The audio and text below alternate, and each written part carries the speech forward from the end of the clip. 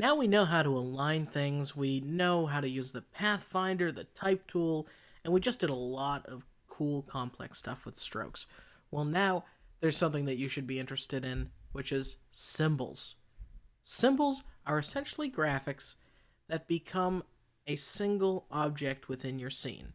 You can't really edit them, you can't really do much to them, but you get some cool abilities that you don't get with normal objects by using symbols.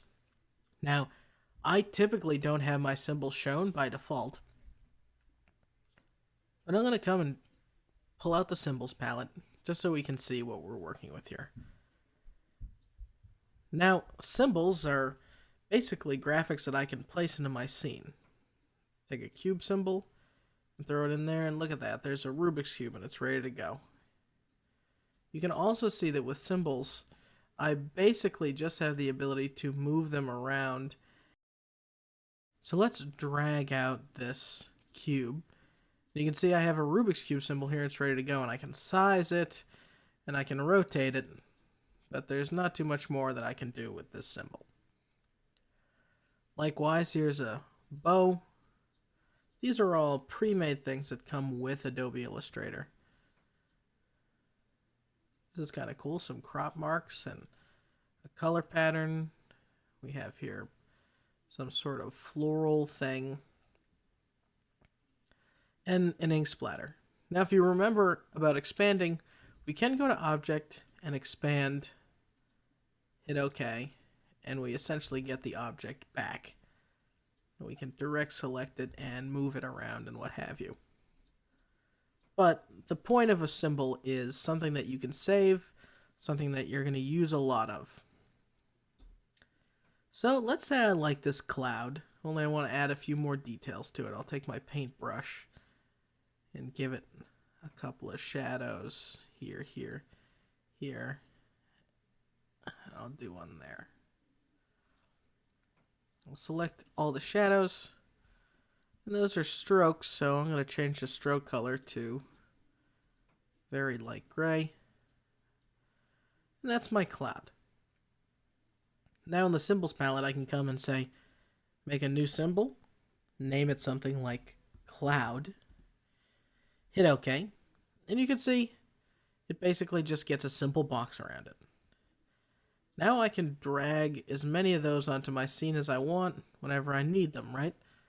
So if I know I'm going to be using clouds all the time, this is pretty valuable to keep a library of symbols that I use. Another thing you get with symbols is the symbol tools.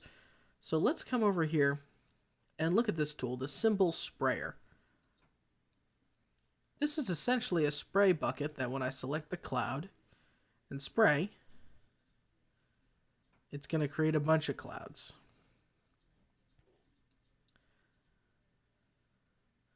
You also notice that when I use the selection tool that they all get selected together, and I can double click and they're still all together. Then I double click again and there's really no going any deeper. They're all one object, so there's not a whole lot of versatility I get by doing that, but it's a very quick way to make a lot of something. You may want to, for example, make space stars and put them on a black background to make some sort of space scene, or clouds like this, right, and fill up your sky with clouds or birds or something. Once you symbol spray, though, let's hold down and look at all of our other symbol tools. Here's a symbol shifter. This allows us to take the stuff that was sprayed and shift it around, so I can kind of push it and make it fit my needs. We also get the symbol scruncher, which slowly pulls these things closer and closer together. And you can see things are moving around here. It kind of makes the whole screen freak out a little bit, but symbol sizer tool's pretty basic. You hold down and it makes things bigger. These individual symbols. Now, you can hold down Option and it'll shrink them. Just a little bigger, I'll make those smaller. Get some bigger around here. The symbol spinner tool is basically what you would think. You can use the arrows and redirect these clouds in basically any way your heart desires. The stainer tool is very interesting. What you do is you first pick a color, and I'll pick, and it starts to infuse these things with some gold. You can see the white isn't really picking it up, but those gray lines are now becoming gold. The symbol screener tool is pretty simple. Right, you click it, and obviously option click to make things more or less transparent. And the more on the center you are, the more or less transparent you're going to become. I'm going to take my symbol spinner, just correct this one because it's bugging me. There's also a symbol styler tool, which is just such a specific workflow that I don't think it's even worth covering. But you can see here now, we can resize this, and we get pretty good versatility, and that was all relatively quick with just a few clicks. So doing this type of thing would be normally kind of nightmarish, but symbols allow us to sort of increase the speed of our workflow. And right here, I'm going to take that spinner and just correct these guys.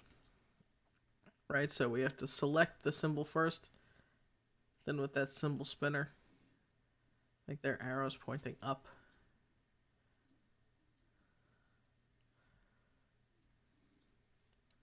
But pretty cool stuff. And that's the symbol tool and the symbol palette. Illustrator comes with a lot of symbols built in. The ones that you see here aren't that exciting, but you can go into its menu, say Open Symbol Library, and get, for example, the Flowers pack. And that'll open up a whole new palette, and you can see I can drag in some wonderfully complex flowers that are all just there by default in Illustrator. So if you are in the need of something quick, or you don't really have any time to be, just making your own stuff, you can use the tools that Illustrator comes built in with. Let's see here, we're going to go and open up, how about now, do the heirloom category. We get these whole other things, and you notice when I drag one of these onto the scene, right? This looks like some sort of family tree layout. When I drag one of these onto the scene, it gets added to the symbols palette over here. So that palette essentially becomes all the things used in this document.